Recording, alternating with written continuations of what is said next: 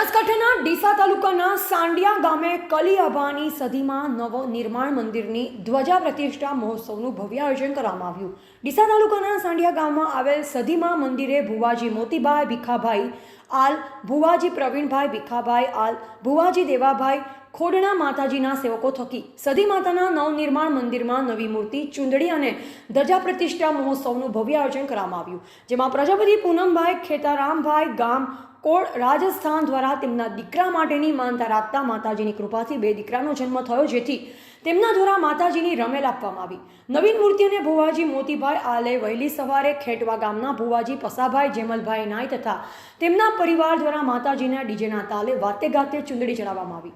મોટી સંખ્યામાં આજુબાજુથી આવેલ ભુવાજીઓ તથા ભક્તો ઉપસ્થિત રહ્યા, જેમાં સાંજે ભોજન પ્રસાદ લઈ બધા આખી રાત ભુવાજીઓને આવનાર ધનરાજભાઈ ડેકલિયા માસ્ટર નેસડા તરફથી હાલરિયા ગાય માતાજીના ગુણગાન ગાય માતાના આશીર્વાદ લીધા। આજુબાજુ વિસ્તારમાંથી ખૂબ મોટી સંખ્યામાં લોકો ઉપસ્થિત રહી માતાજીના દર્શન કરી ધન્યતા અનુભવી હતી।